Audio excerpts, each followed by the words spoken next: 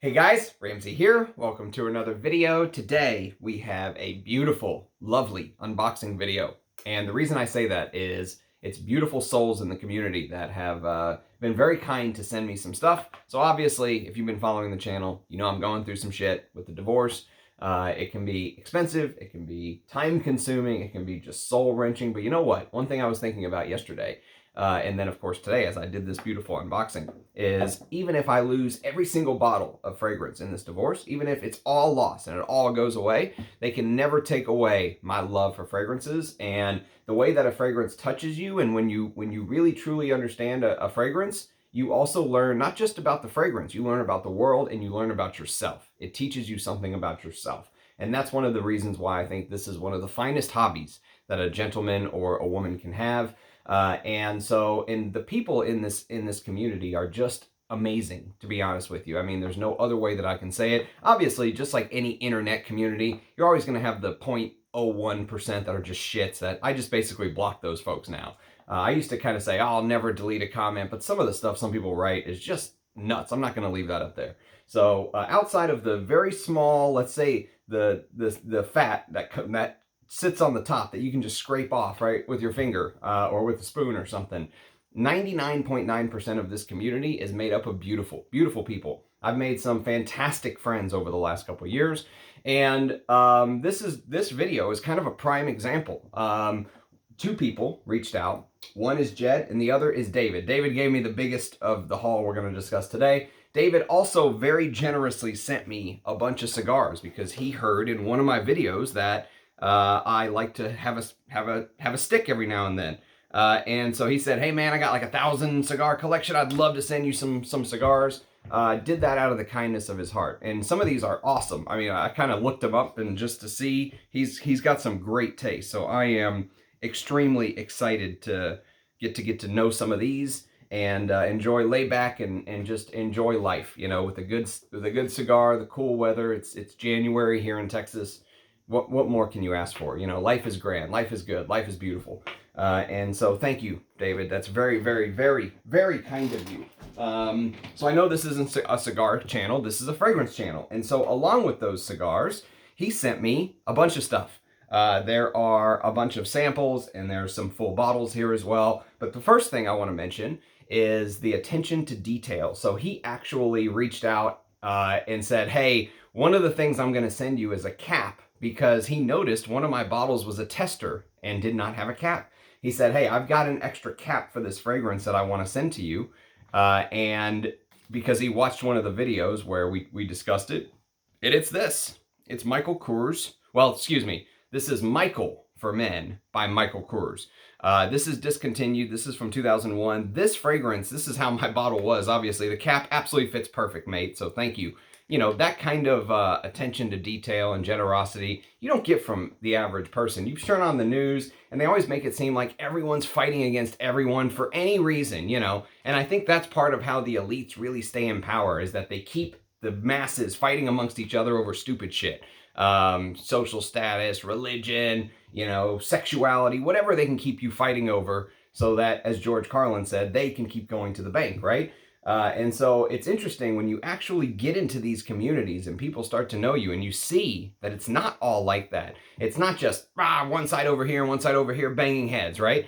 It's not that. There's a lot of common ground. We have much more in common than we have differences. And so I thought that was one of the nicest gestures, a small cap. But you know what it shows? It shows that he watches the video, he paid attention to what I said, and he decided to put a nice little act in here. And this fragrance, by the way, is going to get a review on the channel one of these days. I'm working up to a review. This is one of my favorite fragrances that our good friend Harry Fremont from Firmenich ever created. I think Harry Fremont has some amazing creations. Obviously, everyone talks about Tuscan Leather and Noir de Noir, which I don't have a bottle of Noir de Noir, but I'd love a bottle one day, as sort of his biggest hits. But you know what? One of the biggest sleepers to me is the original Michael by Michael Kors. This is just an amazing leathery tobacco, dried fruits. It actually goes really well. This fragrance would be perfect for this type of, you know, just imagine something like this, but with this dried fruit sort of spicy pipe tobacco vibe and fruits. Just beautiful. A lovely fragrance. A beautiful designer. Back when I feel like they knew how to make designers. So that's Michael for Men from 2001. Be wary though, because there was another fragrance where the writing goes up and down, and I think that is a different fragrance, although I hear it's also very good. This is the one that I can kind of vouch for. So Harry Fremont made some good stuff. So thank you for the cap, David. And then let me show you some of the bottles and then some of the samples, and then we'll unbox Jed's very generous sample set as well. So the first one we're going to discuss, I'm going to just go in order of how I unbox them, is this little bad boy right here. And this is a fragrance that I have zero experience with. I actually have to look it up because I don't know anything about it. It is Tommy Bahama Cologne Spray for Men. Is anyone familiar with this one? Let me see if I can find this exact version. Tommy Bahama Cologne Spray for Men. I think this might be the original release of Tommy Bahama.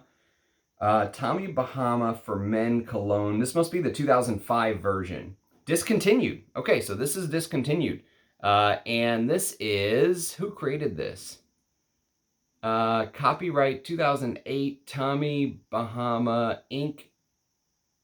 Okay, interesting. It's got a short ingredient list. It's hard to see on the back, but it just says water and parfum, it looks like. Alcohol, water, and parfum. So, yes, awesome. I'm excited to get, I love vintage. I love vintage and discontinued fragrances. There is a collector side to this hobby. The other thing that I should mention of why these type of gifts are so touching, especially nowadays with everything I'm going through, is if it is a gift, legally, I get to keep it. But if I actually purchased it with my own money, with our money, then I have to split it. And so this kind of stuff, if I do have to give away the whole collection or split it or whatever it is, then these type of things that I get to keep will be what kind of holds me over. So thank you, mate. Very, very kind of you. This is a supposedly like a woody, spicy fragrance that was also created by Harry Fremont from 2005. So Michael for Men, 2001. 2005, he did the original Tommy Bahama for Men. And apparently it's supposed to be like a woody, spicy amber with some pepper, patchouli, coriander, ginger, and musk, and bergamot in the top, and this ambery dry down. Interesting. Very interested to get to know stuff like this. So I actually already had that on the wish list, which is crazy. Sometimes I'll just put stuff people mention on the wish list. That was already on the wish list. So thank you, my friend. I'm probably going to say thank you a lot in this video because, I mean, you're going to see how many bottles, decants, the cigars, I mean, everything had to be wrapped. You had to pay for shipping, come up with the boxes. I mean, that's something that you have to do from a place of kindness and love, you know? And it doesn't matter how much money you have. To me, I mean, doing those kind of kind acts for one another really speaks volumes. So, you know, I'm really humbled and honored. Okay, so next on the list was this one. And this is I believe this is called Hugo by Hugo Boss. And it came out in 1995. It is still available, from my understanding. And let's see, who made this? Is it Coty? Okay, so here's the thing. I think this is an older bottle because this is marketed by Eurocos Parfums in Germany. The current one is marketed by Coty. So I don't know if there's a difference in smell. That I can't speak to, but I'm excited to get to know this one. I heard that this was Rich Mitch's very first fragrance he ever bought. So you know, that is it's always interesting to see what hardcore frag heads kind of start with. You know, in the 90s, I was wearing probably the original Nautica, the one with that radioactive blue-green looking juice. And so also I once Issey Miyake came out, I think I wore that. I had a couple bottles of that over the years, but I've never smelled this original Hugo or by Hugo Boss. I know Hugo Boss is a fragrance house that I've talked at length about on the channel. The house, I think, went through this amazing rocket ship blast-off phase where it had Hugo Boss #1 in 85, Boss Spirit in 88, 89, And then they had Boss Sport in 86. Well, excuse me, Boss Sport in 86, then Boss Spirit in 88, 89. And then they just kind of fell off a map for me. Some people really like Elements. I think Elements is okay, but it's like the beginning of the end, you know, for me, because stuff like Boss Bottled, and this was actually marketed by Zac Efron at the time, and the actor Jonathan Rhys Meyers was also kind of a brand ambassador of the scent. But this is one that I really have never smelled, so I can't speak to it, but it's supposed to be green apple, which is interesting because green apple is a note that's in the original Hugo Boss #1, although it's not very prominent, but it is there. And then it became the big hit for them was the green apple in Boss Bottled, of course, or the apple pie accord, excuse me.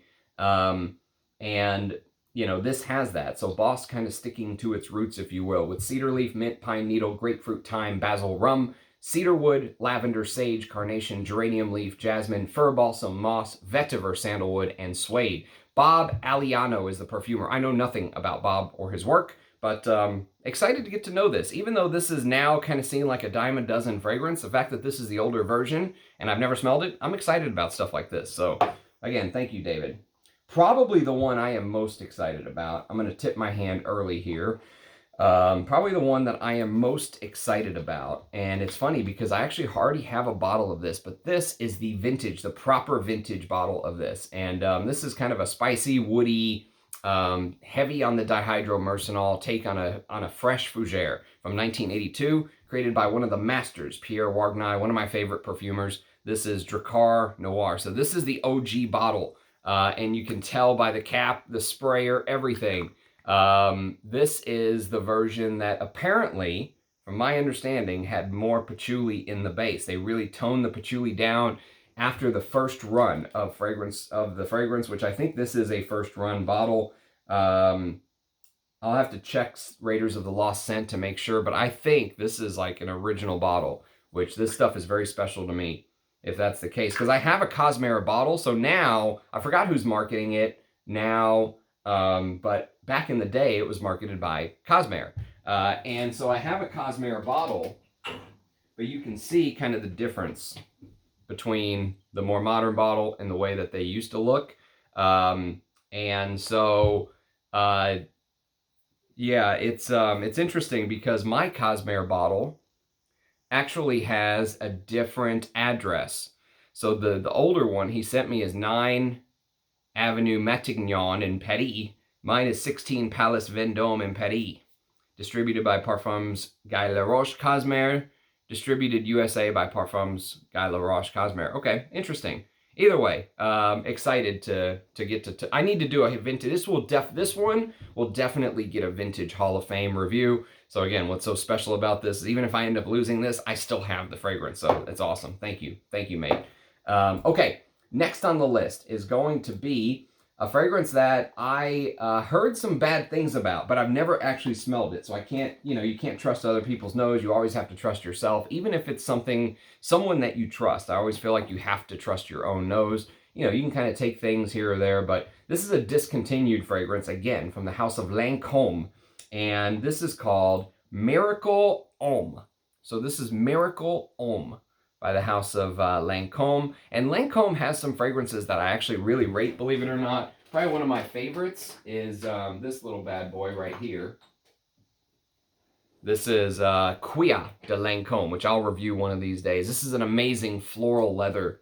Lots of styrax and stuff like that. Very irisy, very, that iris, like plumes of iris, thick, slightly vanillic, but leathery as well. And I really, really like this. Apparently, this is kind of a throwback to an older fragrance by the house of Caron called, it'll come to me. I always forget that fragrance's name. But it's on my never-ending vintage wish list. But it's a throwback to kind of an older Caron fragrance. But Miracle Homme, apparently, and again, this is now discontinued. I don't know if this is kind of one of the discontinued fragrances that are still readily available or one that's harder and harder to find. It was last marketed by L'Oreal. My bottle is marketed by, I don't know, it doesn't say. Very interesting. Doesn't say. I'm guessing it's probably L'Oreal.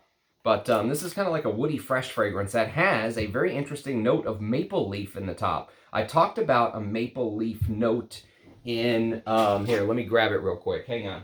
I talked about a maple leaf note in this, which was also a gift. This is Clive Christian's E, Gourmand Oriental. And there's an interesting kind of maple leaf note here, but I think this is much more syrupy, mapley, ambery, whereas this, I think, leans fresher. There's like a fresh coffee and Brazilian rosewood and Gaiac wood and vetiver. Francis Kirkjohn is the creator of this, believe it or not. One of his older works before he became the Francis Kirkjohn of MFK Perfumes and now in-house perfumer at Dior. So this apparently sort of has a little bit of his fresh, you know, signature that you know from his fragrances.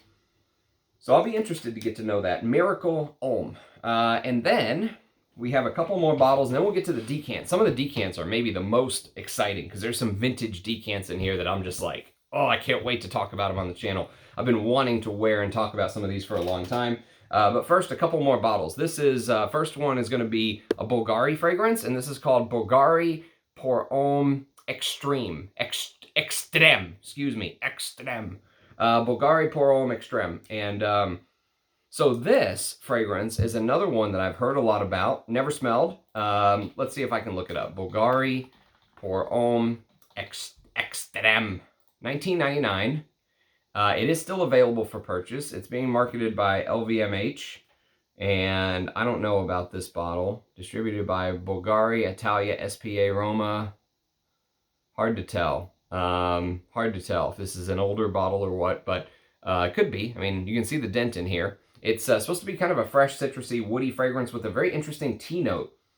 And I don't know if this was the fragrance that set it off or if this is just part of the line, but I think this might be one of the fragrances that set Bvlgari on their tea. They kind of had like a tea line that they kind of went with. So this is tea, grapefruit, bergamot, neroli, galbanum, petitgrain, coriander, lavender, cardamom, pepper, balsam, spruce, nutmeg, Gaiac wood, rosewood, cedar, musk, oak moss, iris, and sandalwood. Jacques Cavalier is the perfumer, he's an all-star nose, current in-house perfumer of LV. So supposedly like a citrusy, fresh, woody, peppery type fragrance. Slightly green, it seems like maybe from the tea. I don't know if it's green tea or something else is giving. Oh, there's galbanum from the galbanum, but spicy. A designer, but you know, there's nothing wrong with designers. I don't discriminate against designer scents. And then a couple more.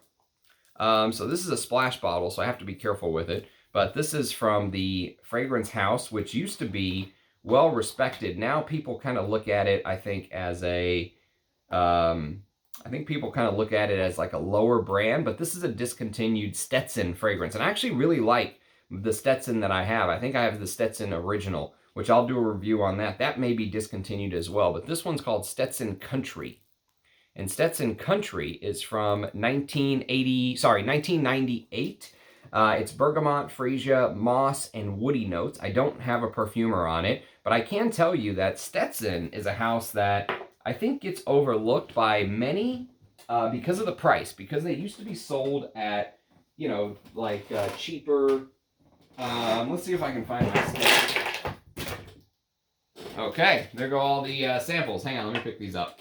Actually, I don't think they're going to go anywhere, but I'll find the, sorry about that. I will find the samples or the Stetson later to show you, but I think that the original Stetson came out in 81, give or take. So, let me grab some of these samples so I can show them all to you.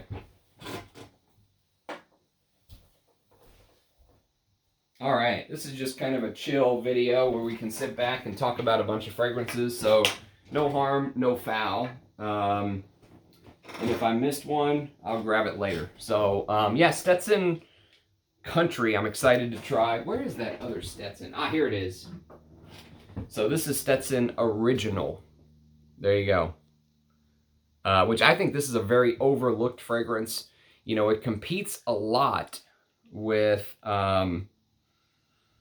It competes a lot with that cowboy image that was up against something like, oh,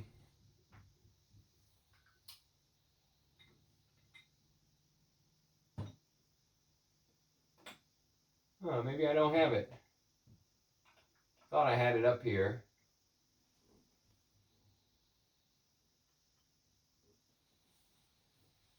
Yeah, I guess you don't do these videos for a couple days and I lose my, let's see if I can find it.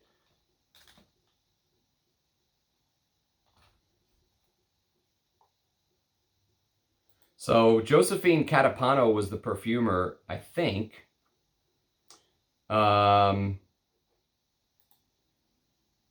Maybe not. Maybe it wasn't. I will.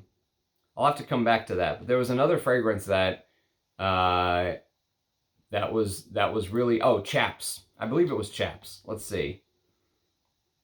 Chaps Ralph Lauren. Yes, it was Chaps. So I have a couple vintage bottles of Chaps from '79. Chaps was seen as like the cheaper version, right? The expensive country club guys wore polo. Chaps was for like the average man, but it was like the cowboy theme. This was marketing on that cowboy theme as well. I prefer Chaps, but I think this is an amazing fragrance as well. And I'm excited to try Stetson Country. So again, thank you, David. Thank you very much. And then one more full bottle, and then we'll get into some of these amazing decants.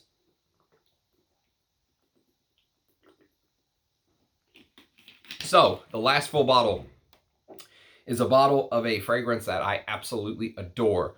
And it's definitely going to get a Vintage Hall of Fame review, just like Drakkar Noir. This is called Lapidus pour Homme from 1987, I believe. And I've got a couple bottles of this already. But man, even just smelling it from the atomizer, I mean, this speaks to me. As a vintage lover, I love this stuff. And I love the original Ted Lapidus pour Homme from 1978. That's a completely different fragrance than Lapidus pour Homme from 87. Lapidus pour Homme is like, it's one of those fragrances that it feels like it shouldn't be, you know? It feels like it shouldn't exist, like there's too many things going on for it to work. It has all kind of crazy stuff going on. So Lapidus pour Homme has, for example, pineapple in the top.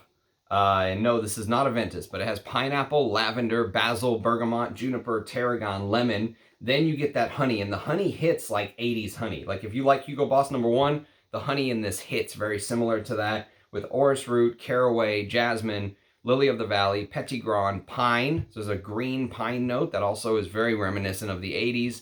Rose, rosewood, musk, tobacco, tonka bean, amber, patchouli, sandalwood, oak moss, cedar, and I think there's some sort of civet note that isn't listed, especially in these older bottles. You know, there's a little bit of a association to Koros. Some people will get reminded of Koros wearing this.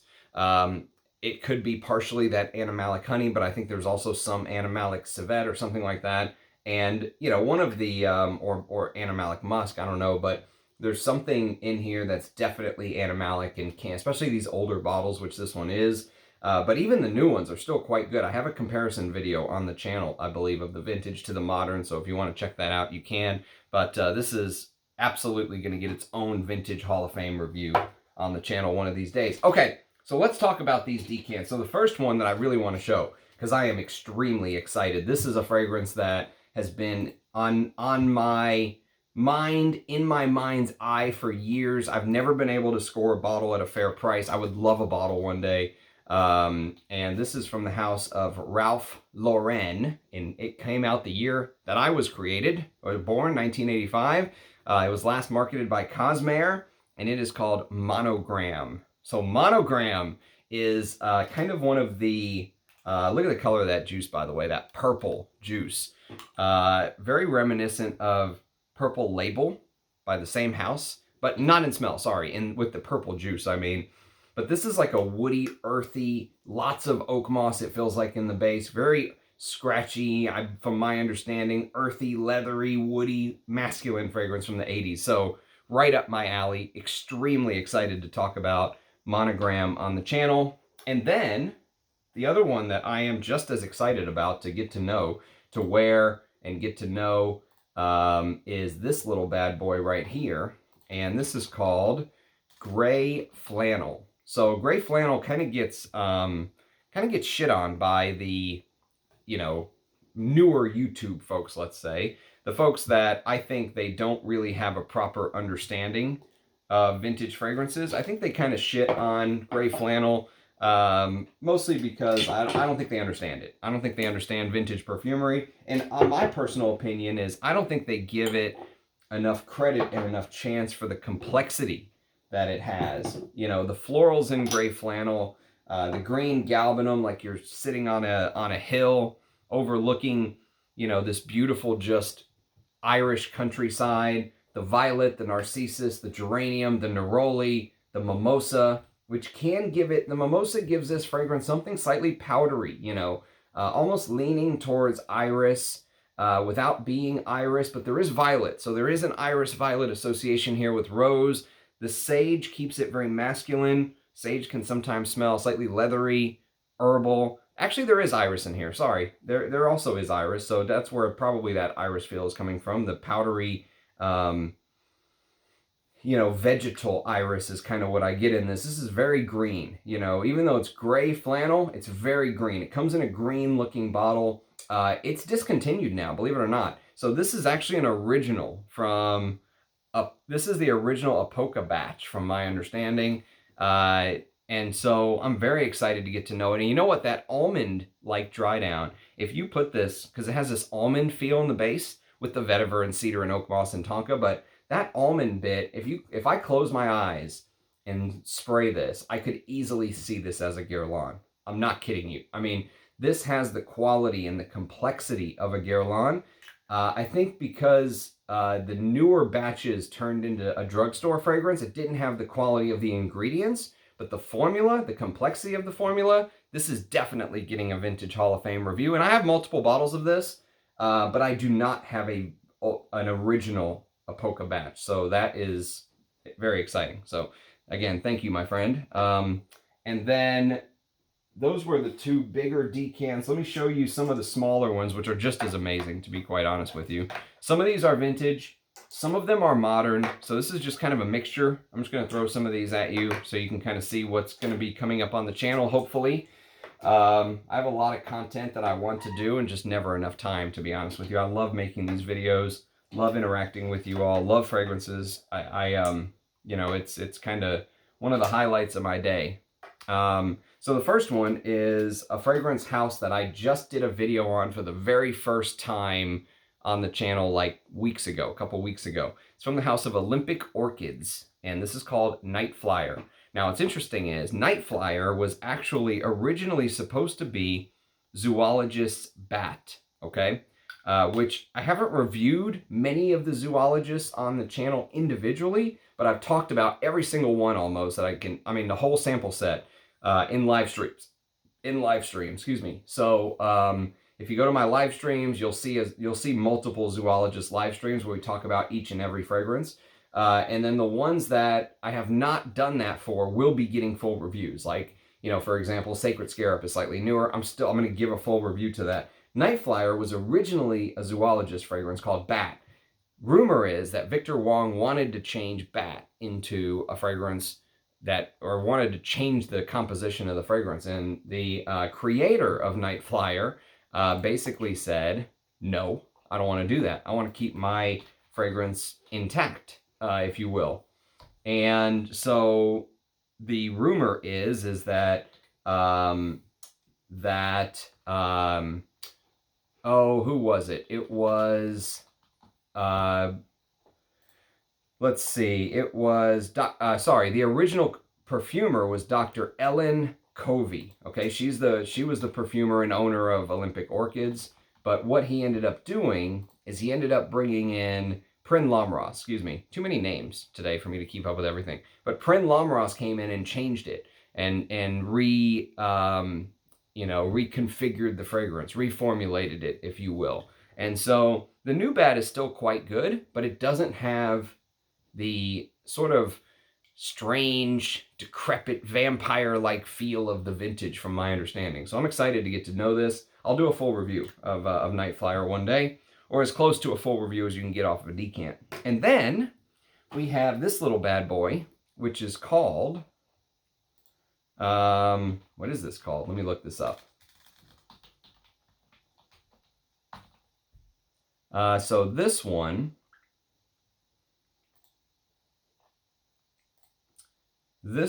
is called Calvin Klein Obsession Dark, which is a flanker of Calvin Klein Obsession, go figure. But Obsession Dark came out in 2013. It is still available, as far as I'm aware. It's sort of a spicy, sweet, as you can imagine with any modern type fragrance. It was created by Stefan Nilsson of Givaudan, and the modeling face of this is Matthew Terry, okay, for the campaign, for the modeling campaign. So it's absinthe, guarana, Brazilian green mandarin orange, fir resin, white vetiver, French clary sage, suede, vanilla, and labdanum is the note breakdown. Some people compare it to Armani's Eau de Nuit, which I've never smelled, unfortunately. But I have done a review of one of those Armani flankers. I think it was Oud or something on the channel. That doesn't get much talk, but I have reviewed that one. So I have some experience with the line, but I've never smelled Dark Obsession. So I love Obsession. The OG Obsession is absolutely stunning to me. It is just it will definitely get a Vintage Hall of Fame review. And this is another very generous gift from the community. This came from Armando, and he very rightly pointed out that if you're going to go for Obsession, try to find the bottles that say cologne spray, because even though you can get a Calvin Klein Cosmetics version, if it's the Eau de Toilette, it's a little different than the OG cologne to my nose. The OG cologne is the best version for me, but I'm excited to try Dark. Absolutely. And then we have this little bad boy, which is from the House of Lomani, and this is called El Paso.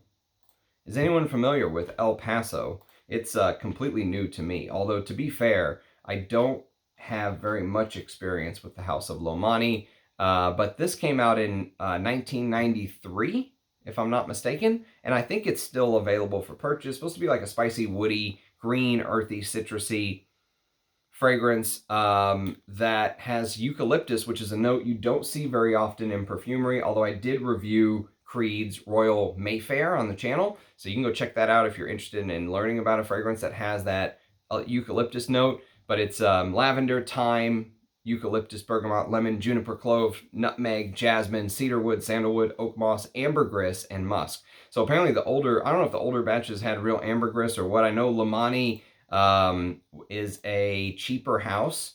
The Lomani fragrance that I have was like $10 or something. It was not expensive. It's this little bad boy right here. And it actually is supposed to be a take on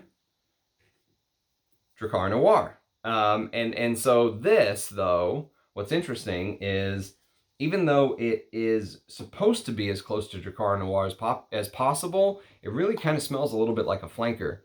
Because back then, they didn't have I think the cloning or copying methods were not as good back then. So it ends up smelling more like a flanker than a pure clone. But I actually really like that fragrance as well. I think if you have like $10 to spend, and you're like, man, Ramsey, I want to smell like a vintage old school fragrance, but I only have $10, I'm a college kid or whatever, Lomani Pour Homme. I mean, you can't go wrong. It's damn good to me. For my taste, you're not going to find fragrances like that for that little money nowadays.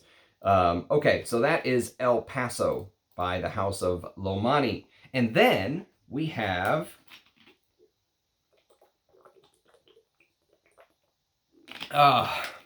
sorry, I didn't sleep well last night.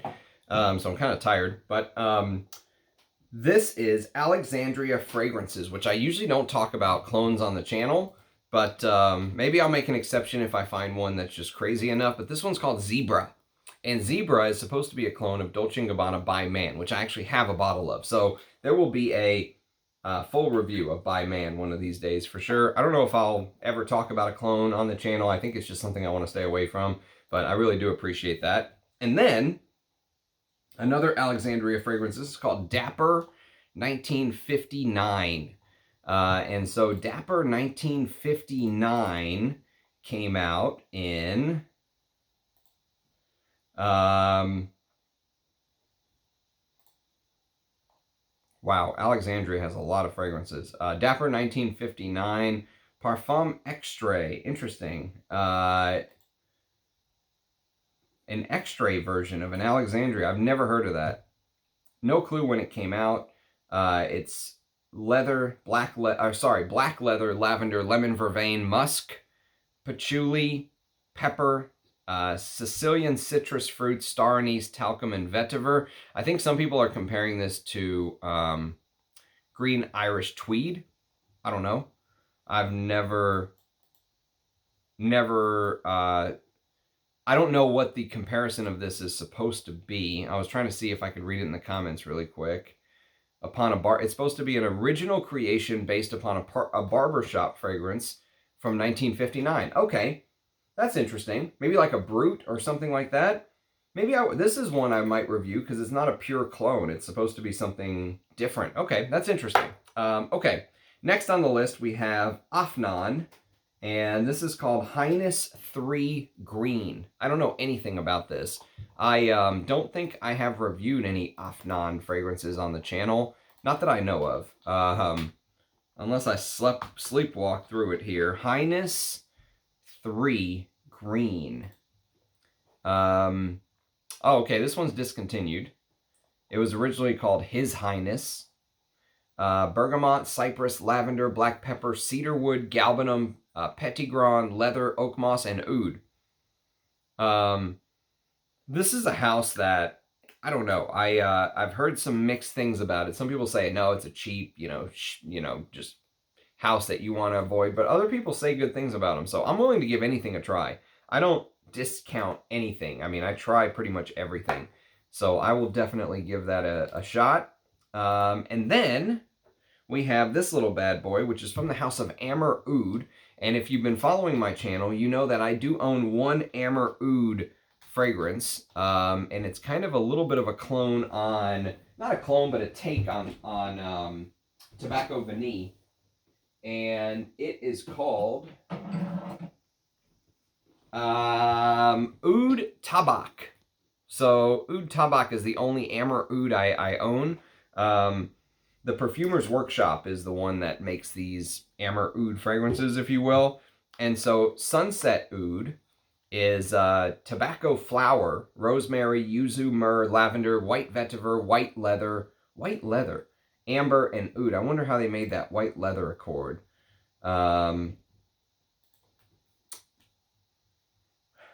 Interesting. So Sunset Oud. I'll definitely be excited to try that. And then we have, this is one I've been wanting to talk about on the channel for a while. Rumor is that it's getting the axe one of these days. I don't know if it's still available or just rumors and it's still going to be around for a while, but it's from the house of Vera Wang, and it's called Vera Wang for Men. And there are many people that compare Vera Wang for Men to the original Tom Ford for Men from 2007. Vera Wang for Men came out in 2004, so a couple years earlier. This is yuzu, mandarin, orange leaf, nutmeg, aniseed, leather, sandalwood, and tobacco. And I think it's probably the wood mixed with the citrusy yuzu opening with that tobacco and leather bit. But Jean-Marc Chailan is the perfumer, who I think is the son of Raymond Chailan. He's done some things like Bitter Peach for Tom Ford, London for Women by Burberry. He helped in one of my sort of underrated fragrances that very few people talk about, Bal de Serini by Bal de Serini from 2002. That was done with Pierre Wargnier, though. So, I mean, I always give Pierre Wargnier the credit, but Jean-Marc Chailan was part of that as well. I think he's Raymond Chailan's son, if I'm not mistaken. But Vera Wang for Men is one I've been wanting to try for a long, long time. So, very excited about that. Thank you, my friend. And then we have DS and Durga Cowboy Grass, which I can't remember if I talked about this on my DS and Durga live stream. Something tells me I did. Or maybe just I marked it as a fragrance I wanted to discuss, but it's wild thyme, bergamot, rosewood, sagebrush, basil, rose otto, clary sage, vetiver grass, ambergris, and benzoin. DS and Durga is actually one of the, I think it's one of the better niche houses. It does say I already had a decant, so maybe I did talk about this on the channel, but I've never done a full review. So 5 mils is more than enough juice to do a full review on. So thank you, my friend. And then we have a kerosene fragrance, which kerosene is kind of one of the houses that he was like an original YouTuber who decided to branch out and do his own perfume line. He was one of the first to kind of do his own perfume line. So I don't know. I mean, he's self-taught. You know, it's kind of one of those things where I'm always open to giving people a chance. But we'll see what this is like. I think a lot of people love his fragrances. I'm not too familiar with them, to be honest with you, so I can't really speak to them. But Copper Skies gets compared to Ambra Aurea by Parfum Aroma, and that is a fragrance I reviewed last year on the channel. That's a fragrance that's full bottle worthy. So if Copper Skies is anything like Ambra Aurea, it's going to be a hit. This is clove, amber, basil, honeycomb, tobacco, and cedar. And again, John Pegg is the owner and perfume maker, according to Parfumo. Okay, so next on the list is going to be a fragrance called, now this is an iconic vintage fragrance. It's called Fragrances of Ireland, and this is called Patrick. Now, Patrick came out in 1999. It's kind of a green fougere that very regularly gets compared to my father's signature scent, Paco Rabanne Pour Homme, right? So Fragrances of Ireland, Patrick very regularly gets compared to this. So this is like fougere feeling with carnation, floral notes, rose, moss, musk, patchouli, and vetiver. If it's anything like Paco Rabanne Pour Homme, I'll love it. But if it's anything like Paco Rabanne Pour Homme, I would just wear Paco Rabanne Pour Homme is the problem. I mean, this came out in '73. It's an icon. So, you know, it's got big shoes to fill is the problem. Okay, so next on the list is a very vintage, rare, hard to find creed. This is probably one of the rarest decants of all of these. This is called Vetiver Geranium. Wait a minute. Vetiver Geranium. I can't remember. Actually, maybe I had a bottle. I can't remember. Maybe it's not one of the rare... I was thinking of one of the old creeds. Vetiver Geranium. Ah, yes. That's from that Aqua Original line. No, that's still in production. But I'm very excited for the decant because it means I can finally do a video on it. Vetiver Geranium I have smelled before. I don't own a bottle anymore, but it's one of those I used to own a bottle. It's green because it has this Granny Smith apple top with geranium, rose, cinnamon, musk, vetiver, amber, cedar, and patchouli. Actually a very well done take on a fresh green fragrance from my memory. That's done by Julian Rasquinet, so yes, very refreshing. Okay, next on the list is a 2001 fragrance from the house of Tommy Hilfiger, and this is called Tommy T from 2001. Tommy T is still available from my understanding. It's clementine, pine, green notes, and lime. Annie Buzanchin is the perfumer.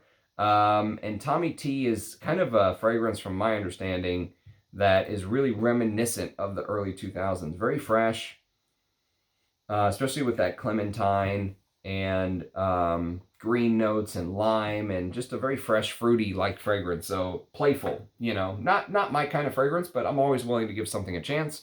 So Tommy T from 2001. And then we've got a fragrance from the house of Issey Miyake I've never smelled called Noir Ombre. And Noir Ombre came out in 2016, still available. It's saffron, cinnamon, coriander, nutmeg, Atlas cedar, leather, papyrus, Haitian vetiver, amber, vanilla, and tonka bean. Christophe Reynaud is the perfumer, who actually, I think he's done some good stuff if memory serves. I'll have to go back through his portfolio. Actually, it looks like he's done a lot of very designer-ish stuff. He did 1 million, Missoni Wave, CH Men Privé, 1 million Privé, which I have a sample of, and that's probably the best 1 million. Like, if you were going to force me to wear a 1 million, that's probably the one I'd wear. He did D600 by Carner, which that's a really good underrated fragrance.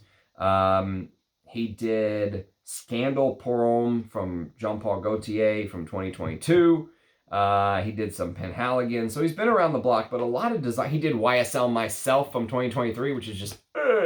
that fragrance might be one of the most painful fragrances I've ever smelled. I smelled that in passing at a Macy's once, and I was just like, So we'll see what this is like, but yes, excited. We're always excited to get my nose on new stuff. And then we have DS & Durga's Mississippi Medicine, which I know this is one. I don't think this rings a bell at all. So Mississippi Medicine from 2011. Smoky, woody, frankincense, red cedar, and aldehydes with cascarilla wood, which I'm not familiar with, cypress root, European black pine, incense materials, Spanish prickly pear, and birch. Hell of a note listing there, David Seth Maltz. Mississippi Medicine, very interesting. Very, very interesting. This one seems very unique. And then 3 more, and then we'll switch over to the final unboxing.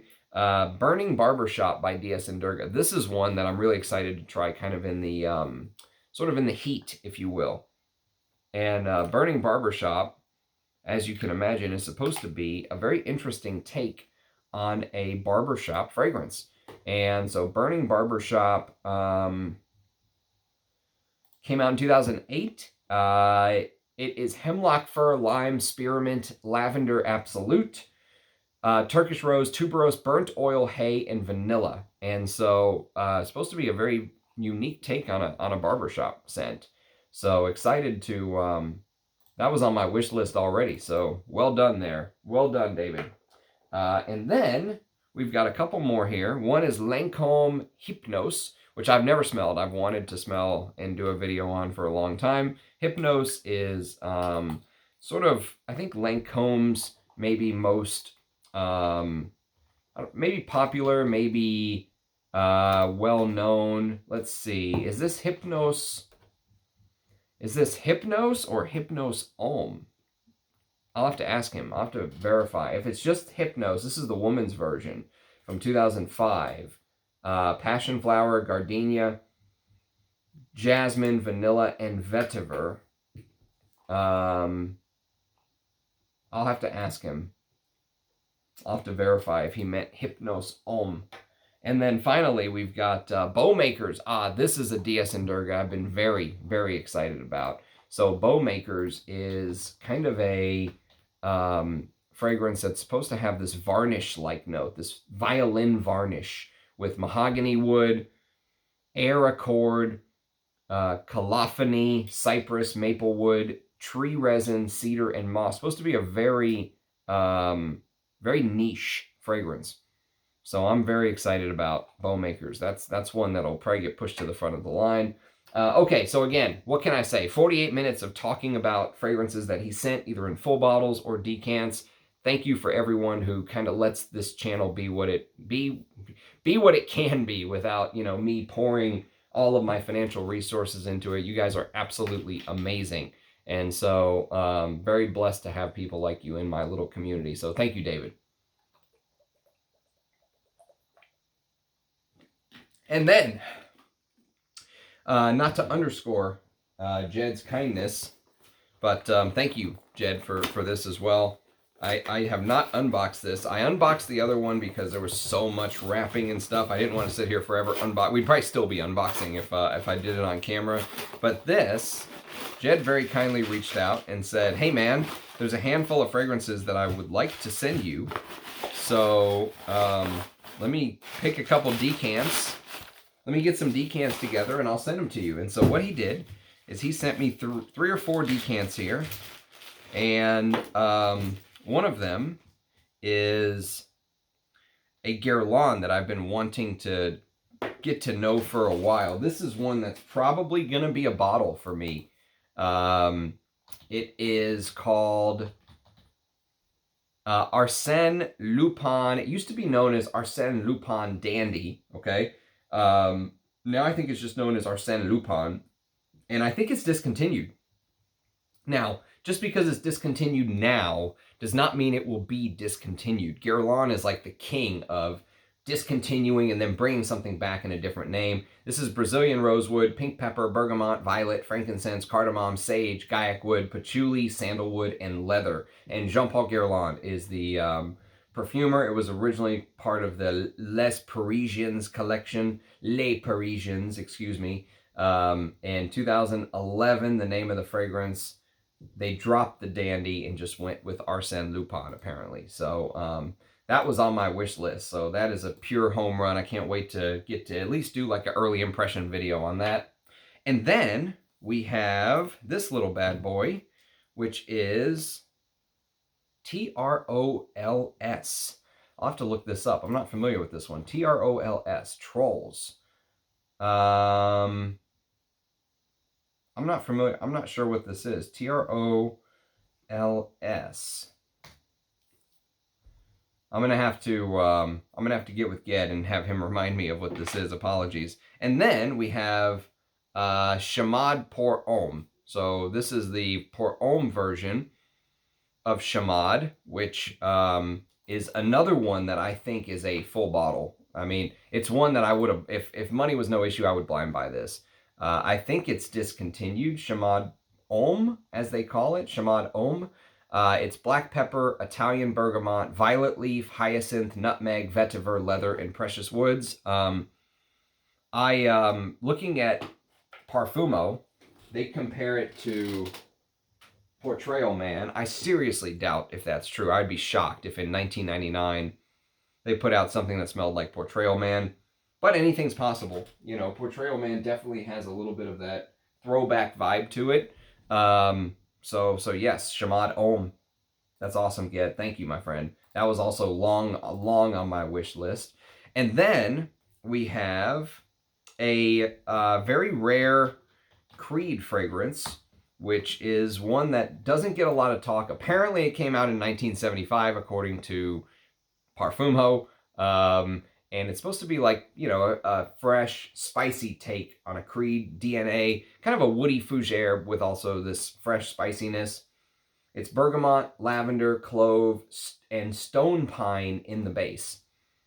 And so stone pine is supposed to give it a little bit of that greenery. There's probably oak moss and stuff like that, especially if it actually did come out in 75 with Creed. You know, you got to take all that with a grain of salt. But Epicea, or Epicea, I don't know how you pronounce that, but excited to get to talk about stuff that very few people are discussing. And finally, he sent me this little bad boy. This is Equipage, which I've got a bottle, but not from this version.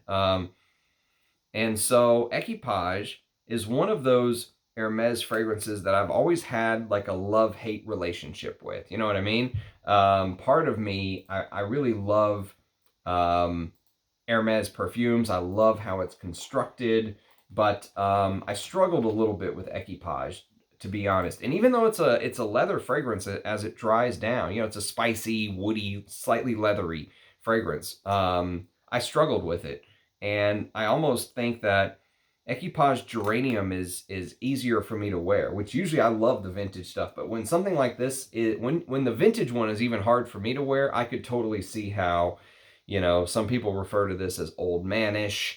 You know, and a lot of the old fragrances I love may be considered that way to other people, but I never thought that. This one, sometimes I'm like, man, this is reminding me of like tennis shoes with Velcro on them, that kind of feel. You know what I mean? Like it's playing bocce ball at 3 o'clock right before your nap. Yeah, there are some old man feel to it, but you know, Guy Robert created this, and anything Guy Robert created, to me, has to be taken seriously. So I need to spend more time with this, get to know it more, and report back. But thank you. That's just more juice that I can hopefully use in formulating a full review. So thank you, Ged. Thank you, David. Just a beautiful unboxing video, an hour of palaver on vintage fragrances, niche fragrances, designer fragrances, stuff that's not in my collection, now stuff I'll be able to talk about, and a cap, which is just amazing detail. So thank you to everyone who always watches and comments and supports me in however way you do it, even if it's just a thumbs up and a like or whatever it is, even if it's just leaving a comment. You know, I appreciate each and every one of you. I appreciate each and every one of my subscribers. It's a beautiful journey we're on, and I'm glad that you're here with me. So cheers, guys, and I'll catch you next time. Bye-bye.